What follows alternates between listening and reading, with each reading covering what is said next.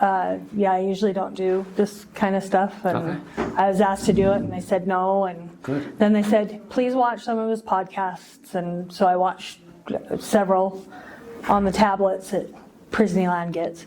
And I called my ex-husband and talked to him, and he looked you up, and he said, yeah, I think you're okay to do it. So. Wow. Why do you say no? First and foremost, out of respect for my victim's family and my own family. When you've caused the pain that I've caused, and been the recipient of the unwarranted grace that I have, it just kind of makes you always aware of not wanting to cause any more pain to them, and mainly to her family, but also my own family. You know, my babies were little when I came in, 4 and 5. Yeah. I appreciate your humility, but I'm curious why it's unwarranted grace.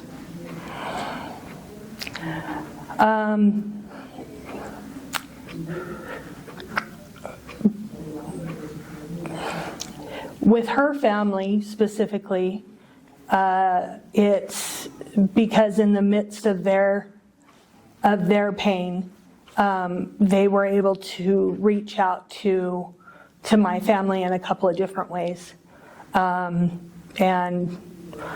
definitely did not have to do that, and definitely unwarranted to me. Not unwarranted to my family, but unwarranted to me. And then even in my own family, my family dynamic, the father of my kids, we were divorced. And, you know, it wasn't like we woke up one day and said, oh, I don't want to be married anymore. It was a very contentious divorce. Okay.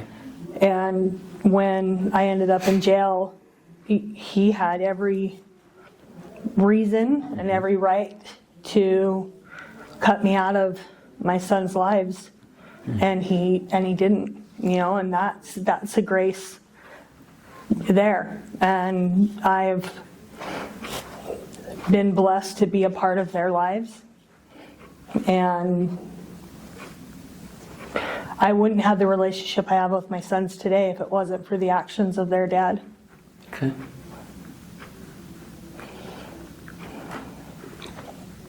Very deserving, though, that you're their mom.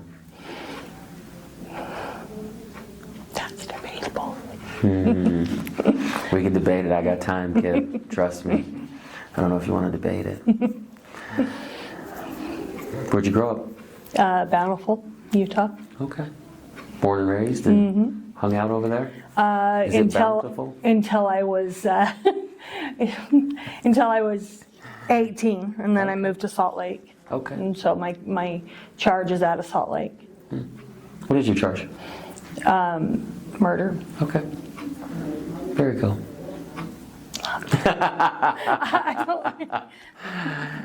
Go ahead. You were going to say I don't like? I said it wasn't cool. Oh, okay. I thought you said I don't like. Yeah. I think it's interesting, the gravity. I feel like you still sit with it, so like it was yesterday. I could be wrong. No, I mean it's hard when you will never fully atone for something. It's hard to because you say sit with it like it was yesterday. Well, you know, I don't think there's ever going to be a day that I wake up and be like, oh, everything's great, everything's okay. How do you never fully atone? Like I think that you can have regret, and I think that obviously the word sorry it doesn't encompass everything. No. So by not being able to fully atone, you place it on yourself that you're always going to do something better. Because you can't unring the bell? Yeah, but I mean, so for example, I can, and there's no, I really wish that there was an excuse, and I really wish I could say, this is what caused it, and it's not my fault, and have that. And obviously I don't. There are some things that may explain it a little bit. For example, I was addicted to opioids, but this was in 2002 when the opioid epidemic wasn't known. And you could go to a doctor, and the doctor would give you a 30-day supply with 2 refills. And nobody would ever tell you, hey, if you take those as prescribed, you're going to get addicted to them. And again, it's not their fault or anything, but they're just, there wasn't the awareness around it as it is now. So after becoming sober, and I use sober in quotations because for me, the first step was recognizing, oh wait, even though I'm taking these as they were prescribed, I'm still physically addicted to them. And after kind of becoming sober, it's like, hey, what do I do now? Well, one of the first choices that I made was to plead guilty and spare her family a trial and spare my family a trial. So that was the first conscious choice that I was like, hey, I've caused this mountain of pain. How do I chip away at it a little bit? And How did that feel when you pled guilty? It was very, very difficult. There were some, and obviously people can Google and We don't care about people. And find out. We don't care about people. But it's People are going to be mean, no matter what. Oh, and But you know that, right? It's interesting. My son, I was telling your buddy here. So my son just got his Master's of Fine Arts from Tufts University. Okay. And before that, his undergrad degree is from the Rhode Island School of Design, and he's a photographer. And his senior thesis was about growing up with his mom in prison, but it's done in a very, the way that he sees the world and the way that he sees me is what I strive to be deserving of, just because, and again, that goes back to their dad, but. We'll put a pin in that. Can you have him reach out to me? Who? My child? Yeah. Because if he, like that whole thing with thesis and photos, I'll put it out to the world. Okay. I'll put it in 1,500 prisons.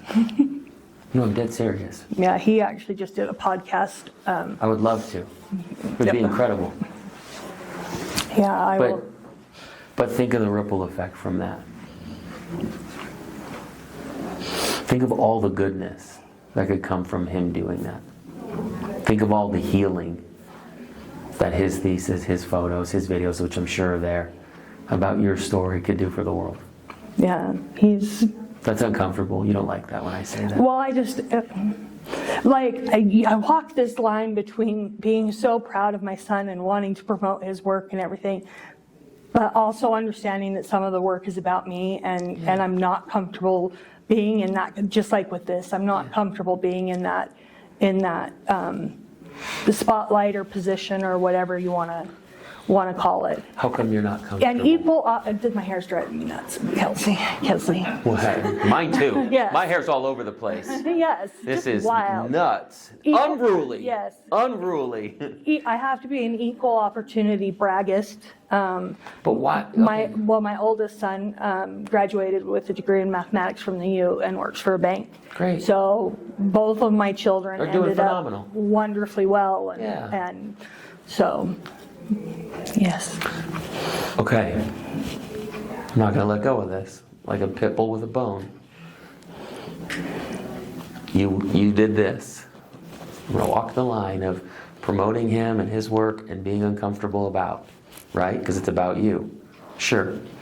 Are you a spiritual or religious person? Yeah, spiritual, yeah. Okay. So like the entire Bible was just full of criminals. Barabbas. I mean, you can tell me I'm wrong. We can pick them one by one. But they were all criminals.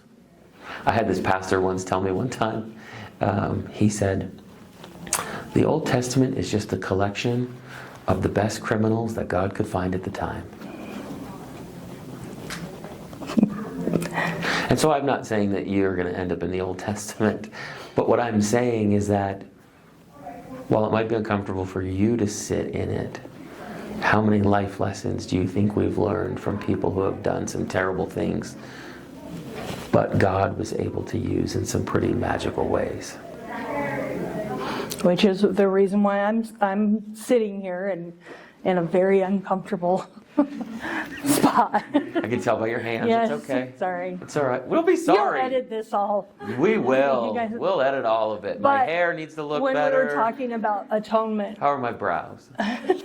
they're on fleek. They really are. Yeah. I have great brows. You do. Thank you. I haven't either. I love it. Disneyland. Hey, You're sharp. I'll tell you what. You're on your toes. I like it. but talking about atonement, Okay. you know, it's like, okay, so you plead guilty and you come out and you're expecting to do a certain amount of time and you're okay with that time, and then they hit you with pretty much double the time that you were expecting. Okay, so now where do you go from here? And I, in no way, shape, or form, I'm saying I have had a perfect tenure of in the Utah State Prison. I've had some missteps, but for the most part, every decision that I've made has been mindful of how does this affect my family, I respect it. Yeah. and how does it affect the greater community, including my victim's family. Sure. And you know, I hope. I genuinely hope if they see something like this that they can recognize and realize that I have tried to do something with my time. You know, I haven't been, especially when you get hit with a long sentence, and this was actually part of my proposal to start the Inspire program. Was when somebody comes in and are hit by a really long date. You know, we've got women 15 to life, 25 to life. We've got people life without parole. Mm-hmm. You really are faced with two roads that you can go down. You can go down the ethics, where you're going to get into the pills, the girls, the drama, as we like to call it, or you can go down another road that is productive. And you know, I think that's kind of one of the biggest things is it may not be the life you wanted or the life you intended, but you definitely can make a life in here. There are opportunities in here. I've held a couple of different jobs currently. I'm the lead at the sewing shop.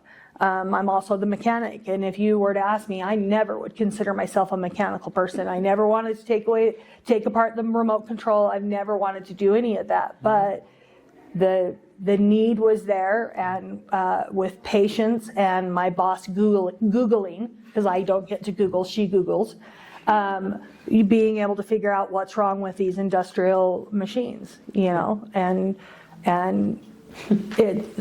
I was the lead at commissary and drove the forklift and would win the forklift rodeo. That's not coming from me, that's coming from the safety officer that trained people on how to use the forklift, is that if there was a forklift rodeo, I would win it. What in the forklift rodeo is going on right now? He would come in second. Jason Manwaring would come in second in the forklift rodeo, but I would win the forklift rodeo. Okay. There's livestock? It's a made-up rodeo. It's a mythical. So if we want there to be livestock, we could pick up a cow. I know. Move him, you know. See, I've seen Stir Crazy. I've seen what happens in real prisons. Oh yeah. Oh yeah. Have you seen that movie? I've been to the real prisons. I've seen it. I've worn the stab vest to go into Max. Yeah. It's a different world. I love it. I love everything about this. I really do. But I really want you to ask your son if he would let me share that with the world. That'd be incredible. It'd be incredible. Anyhow, no pressure on him, but I expect it. I actually will be seeing him on a video visit at 6:30. Good. I just think it could heal. I think any type of healing would be good. But I want to go back to the atonement, because I think I think you still struggle with that, and rightfully so. I'm not trying to take it away. at all. I'm just wondering if mustard seed of grace for yourself may be applicable. We'll see. You ever look at a baby and you're like, that baby didn't turn out how God intended? No is the answer. I was going to say, I please hope that you've never had that experience. Right. So then you say to yourself, like, okay, so then why would he view you any different?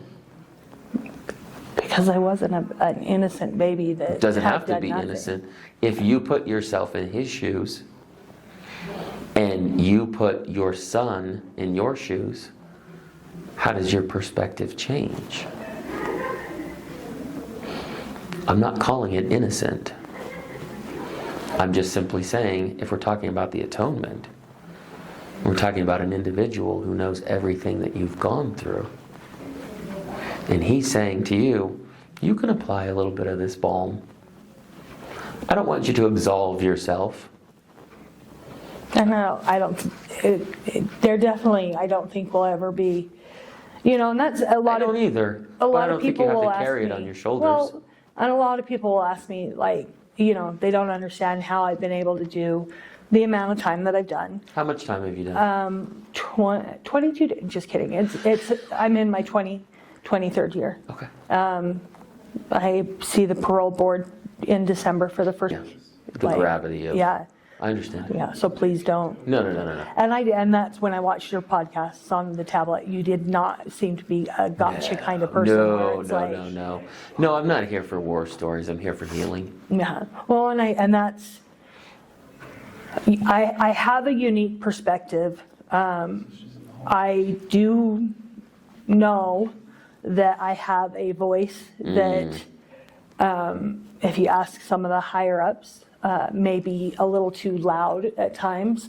But again, I hope to be an effective advocate for the women here because. Have you been? I believe that I have been. I was one of the first class of the certified peer support specialists. Okay. We're certified by the state of Utah, the exact same certification as somebody out there. If I get out, I'm able to immediately get into that field with no further certifications or anything. Yep. We also formed IAC, which is Incarcerated Individual Advisory Committee. I had seen in one of the newsletters that UPenn puts out that the men had it and met in March, and I took it to the lieutenants and I said, "Okay, so where's the women?" And especially, I think sometimes the women get overlooked because we're such a small segment of the population. We've got 400 women out of an inmate system of 4,000, so 10%, and it's been a challenge to come to this new facility, and we're in looking at the environment that we're in. How are we going to make it better? Yeah. Not only a lot of the women here have some kind of trauma in their life. Like, I haven't met a woman here that was like, no, perfect life, perfect childhood, perfect marriage, everything. I just decided one day I wanted to come and live here, so it's been difficult. And now the environment, I don't know if have you ever walked through any of the sections? So we're in the open door setting. So that presents a whole nother set of Drama, we'll call it. Yes. And the INSPIRE program, it actually stands for Individuals Nurturing Self-Progression in Restorative Environment. And the first step is we need to be in a place that has like-minded people that we do want it quiet, and if you walk through my section in the middle of the day, hardly anybody's going to be there because we're all at school or work or volunteering, and we're just very productive in our time. And part of being building that community is we lift each other up and we hold each other accountable. Because without the accountability, how would I say? If you are not willing to hold yourself accountable first and holding your neighbors accountable when you know what their goals are, you're not doing anybody any favors. You're just not. So you're being a real friend. Yeah. Yeah. And it's not, oh, you did something wrong, so I get to tear you down. It's if we are on this journey together and nobody has forced you to come in. You're the one that filled out the questionnaire. You're the one that decided, yes, I want to be a part of this. Then we're going to hold you to our standards. And that has been tough for some people. Sure. We've had some people that have said, I don't want to be in a section where I can't get away with anything. And it's not that we're policing each other. It's just, again, the open dorm setting. Yeah. It's really hard to hide anything in there, but yeah. But I'm sure it's done. And it is.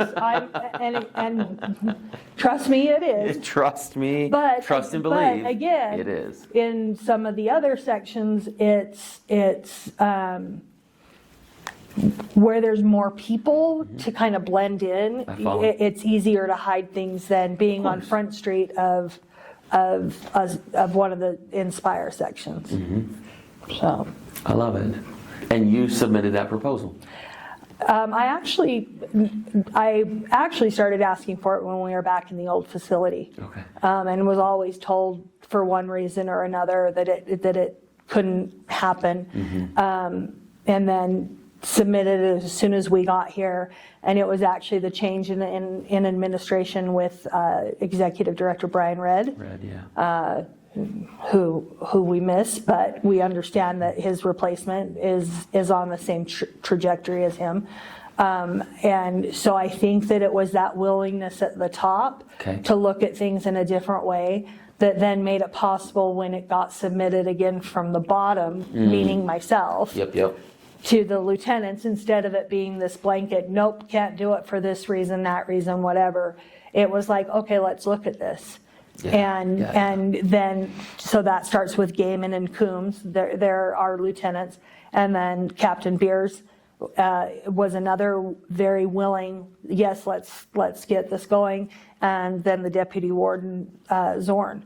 All of them in the IAC meetings, the peer support, all of that. They are very committed to wanting to do the right thing. We just need to work on the follow through sometimes.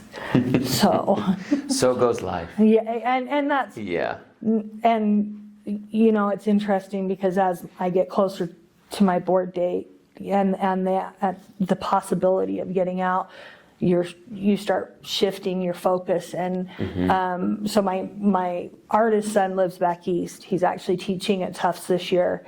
My son that works at a bank lives here, and he comes almost every single Sunday. And he's who I would go and parole to. And he will not have to change a single thing to make his house parole ready. He doesn't drink. He doesn't do drugs. Just a good, stable kid. But as it's like we're all trying to be realistic. Yeah. Like, I know you did 12 years. Is that 15 months. 15 months. How did I get 12 years out of 15 months? I don't know, but I almost had a heart attack. I did it, yes. Okay, keep going. 2 years, but yes. Because it's like we're all being very realistic. Like having done over 2 decades in prison, there's going to be some issues. I know a couple of my friends that got out and after doing 20 years. In fact, one graduates with her bachelor's degree from the U today and has been accepted into the master's program up there, so she will continue on that. And my other friend, has her own place, has a job, Thriving. And I think that's kind of what's interesting is like the little things that people may take for granted. like, I'm so excited that I may be able to do my own laundry, and I may be able to pick my own laundry soap, and I'm going to be able to pull my clothes fresh out of the dryer while they're still warm. I'm going to be able to cook whatever I want. I'm going to be able to eat grapes. It's all of these little things that you just take for granted, and they're just like, if I am released, and just back up a little bit, I'm so filled with gratitude, and even if I don't get released, like the fact that my sons have grown into the wonderful people that they are, the fact that my ex-husband, he's still on my visiting list. He'll come and see me every now and again. He's on my phone list. When I was asked to do this, first thing I did was call him. Who's this weirdo? And because some of it is like because they told me you look for kind of the unique things. And if you had to ask me what was one unique thing about my time and my story, is the fact that I have a 27, he'll be 28 this month, and a 26-year-old that have done this for 23 years, that are still a part of my life, are still committed, want me to get out and come home. I see that every day and hear so many women. Like, as soon as you commit a crime, you're automatically labeled a bad mother. Whether your kids had anything to do with it or not, you're automatically labeled a bad mother, because good mothers don't commit crimes, and good mothers especially don't end up in prison. Right now, since we came to this new facility, all of the visitors meet and wait in the same area. So my son will be in a waiting area full of people, and they'll say, "Kay, if you're coming to Dell, come with me." He'll be the only one to stand up and come to Dell. People with children, and maybe it's that the mothers are more willing to do this, but they make such an effort to keep the fathers in their lives, rightfully so. I'm not taking anything away from that, but it's not the same on the women's side. And again, it goes back to that: you committed a crime, you're a bad mom, and especially if they're in DCFS care. If you're lucky enough to have a family member taking care of them. And I understand, usually by the time people get to prison, there has been a lot of broken trust. And, I guess if I could say something to especially female offenders that have children, if they're not in contact with them, live the life that you want your kids to find you in.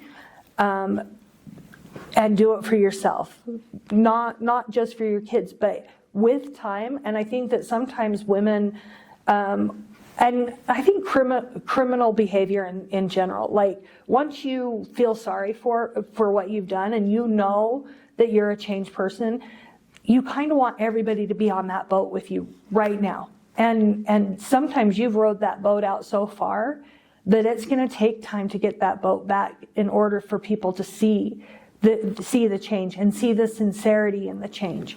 And so if you're not doing it for yourself, and you're going to get frustrated the first time somebody says, "No, I'm not ready to let you back in my life," then you need to be able to keep doing it for yourself, to become the person that you want your loved ones to find if and when they come back into your life.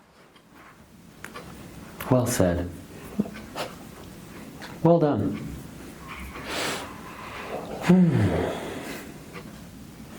What's next for you? I thought about this a lot, and I do hope and that I am released once I see the board in December. And one of the things that I would really like to do is, I am amazed at the level of talent that's housed here. People can draw, people can paint, people can crochet like no other. What I would really, really, really like to see is almost like a workshop where to get, because we don't get real art supplies. We get like colored pencil and I think maybe 2 colors of paint. Yeah, exactly. Like we don't have canvases, we don't even have paintbrushes. Right. Like there's a lot lacking. So if there was some kind of a workshop that people could go and use real art supplies, and have it focused on the art therapy part of creating art, but then also have an outlet of some place that they could actually sell their work. And the idea would be, obviously they're going to earn something from it, but a portion of it's going to go to their restitution. If they don't have specific restitution, it's going to go into the general restitution fund that the state of Utah has.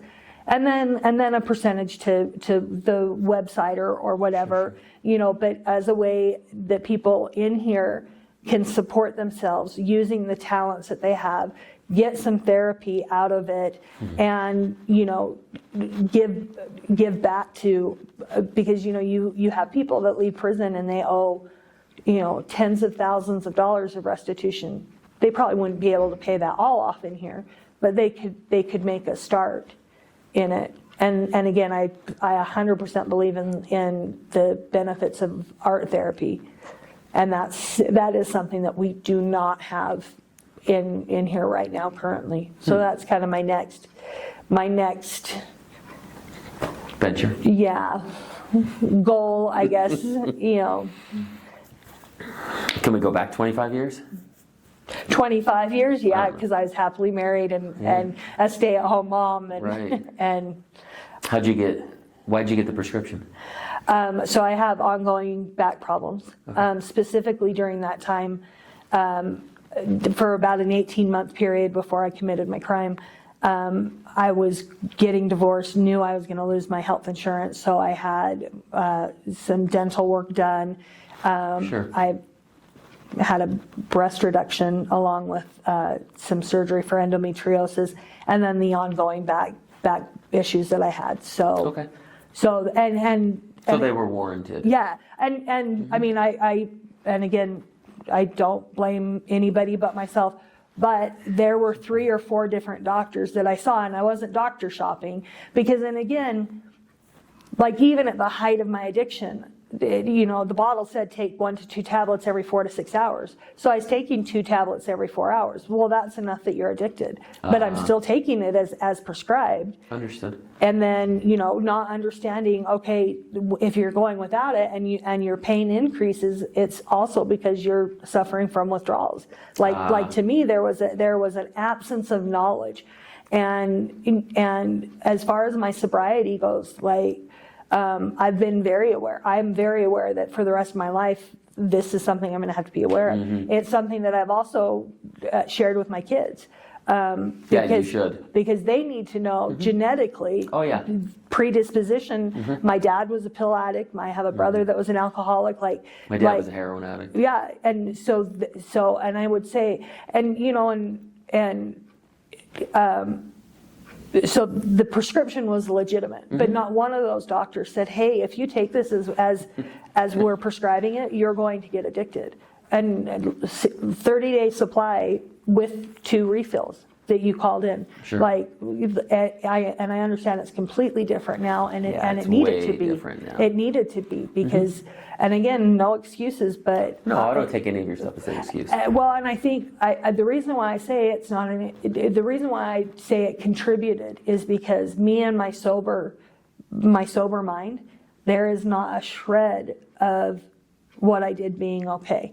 I literally have had people come up to me and say, you've got the coolest story, or you've got, and I always stop them and say, first of all, there was nothing cool about what I did. It was the worst decision and the worst day of my life. And for anybody to think that gives me some kind of clout, if you want to give me clout, do it for the things that I've done after. Do it for being an advocate. Yeah. Do it, do it for the right reasons. Don't do it because of my worst day 23 years ago. So, and once I kind of explain it to people, they generally understand. But yeah, it's definitely not. But back to the drug addiction, being aware of it has helped a lot. I've ended up having to have a hysterectomy in here, and yes, I did take some pain medication at that point.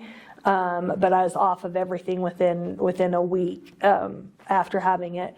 I've had a couple other medical issues that I've been taken up to the hospital for, and they've offered me pain medication, and it's been no. Not gonna do it. Yeah. So, but it comes with that awareness. Mm-hmm. And the other thing that I really have tried to strive to let people know is that Utah has the accomplice liability clause. I don't know if they have it up in Idaho, but what it states is anybody that demands, solicits, aids, abets, encourages anybody to commit a crime before, during, or after the crime is as guilty of the crime. So, there are many women that are here for something that somebody else did, and your reaction right there, because that's especially intense. If you're not familiar with the criminal justice system, you're operating under the idea that you're innocent until proven guilty. They have to prove you guilty beyond a reasonable doubt, and that it's going to be fair and equitable. And unfortunately, law and order was a lie. Yeah. Well, and like it's difficult because you're held as criminally liable as the person that actually physically committed the main offense. And people don't know that, and especially the young ones that are running in the drug game. It's like, how many opportunities are you going to have to be in that situation where something happens and you just happen to be there, and maybe you help them afterwards or whatever, and guess what? You're sitting here for a variety of sentences possibilities, and and I have had a couple of the young girls say that they've made better choices even on who they're hanging out with in here because of my story and what I've shared with them. Interesting, that last part. Did you hear yourself? No, I didn't. I'm like Lieutenant Gaiman. I can tune out my own. No, you just said. kidding, Lieutenant Gaiman. You said that people have made better choices because of your story. Fairly scriptural. Ma'am. Sir. Think about it. Think about it. I don't want you, and I don't think that you're the type of person that's going to ever absolve yourself from it. But I definitely think, and I definitely know, that the world could use your story so that the world could heal, so that the world could make better choices. How do you learn to walk? You fall.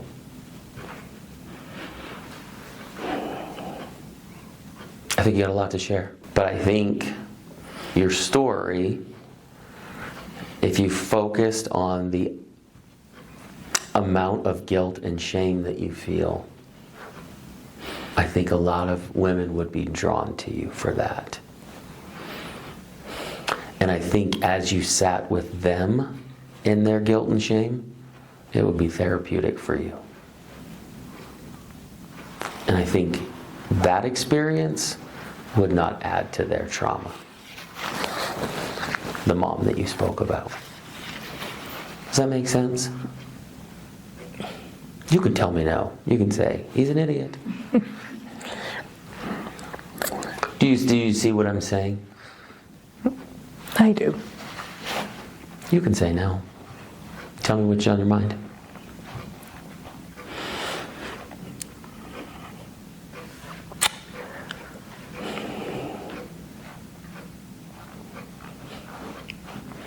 Again, I don't want to cause anybody more pain. I get it. like including my sons. I agree with you, and I don't think that you will. I think that if you allow other women to sit with you,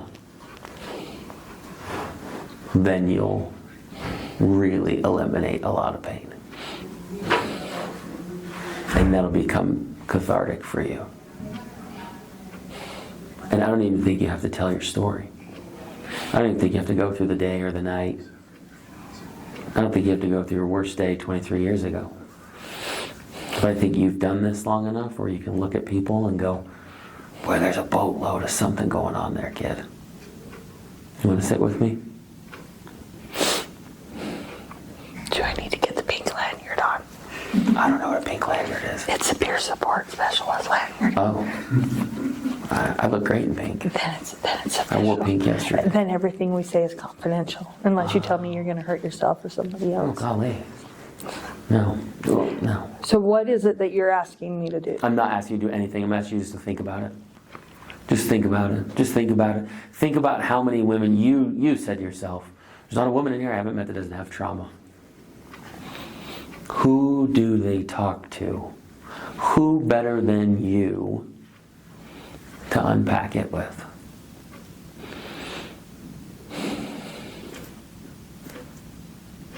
So you don't have to tell it, but you can listen.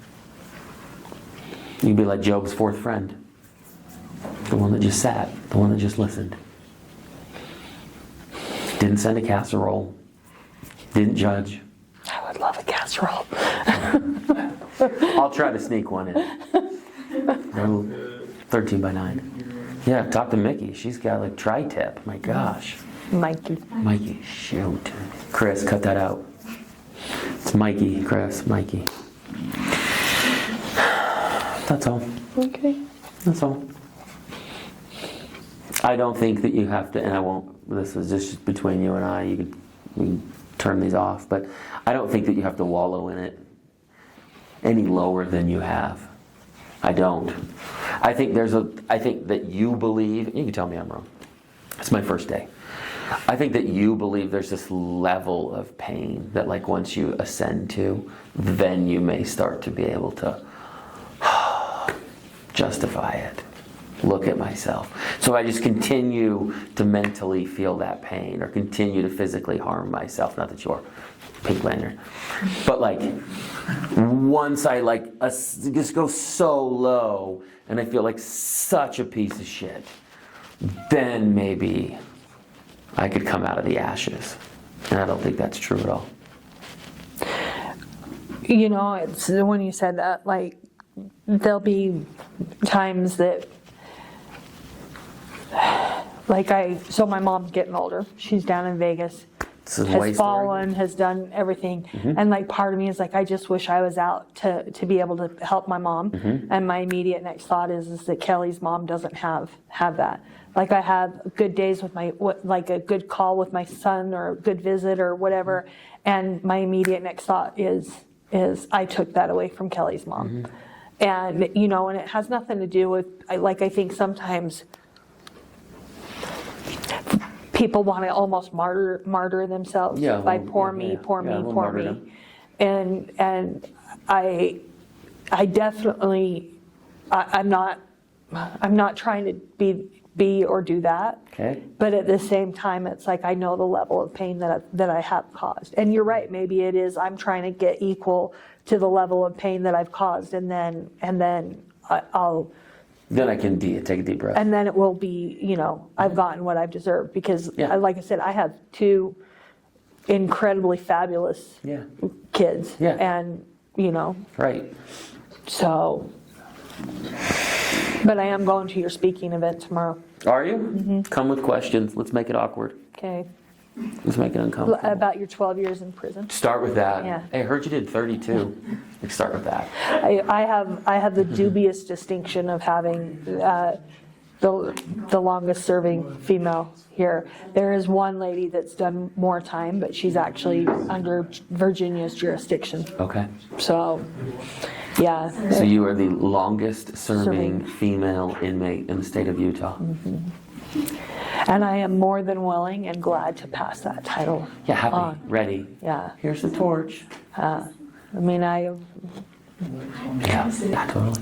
I get full creative control, right? I get to see the... Sure. I'll send it to you, Oprah. No, and I do appreciate, like I said, my initial instinct was to say no, and then I watched, you know, and so, and I will tell my son to get in touch with you. Well, I hope you feel a little bit better. I hope you feel a little bit lighter. Hope you feel like the message that you've shared will help others feel that way. That's my goal with all this. I think you're doing cool stuff. I think you're a work in progress, but we all are. I think even broken glass reflects light. It's weird that you said that because I'm trying to come up with a class, and one of the things that I talk about, and I'm not even going to try and pronounce it, but the Japanese art of taking broken pottery and fixing it with gold so that it becomes even more precious than it was before. So stay tuned for that. I'm terrible with pottery. No. I'm just kidding. This would be like, what's the movie? Really? Ghost? Yeah, there I am with my clay wheel. Pour more water on, Mark. We're making a flower vase. Should I be shirtless? Oh, just pottery, turned that's into what we arts. could have in our art therapy shop. What's the actual word for it? I'm not going to pronounce, it starts with a K. I'll show Bonsai. it. It's like, Apothecary. No, the class. oh, ceramics. Arts, Ceramic. yeah, I thought you were ceramics. asking for the Me for the too. type I of thought pottery. she was. That's what I thought. Yeah. Actual class. Yeah, Yeah, no, ceramic. Yeah. I love great with ceramics. Ceramics and things. Great. I love ceramics. No comments from the peanut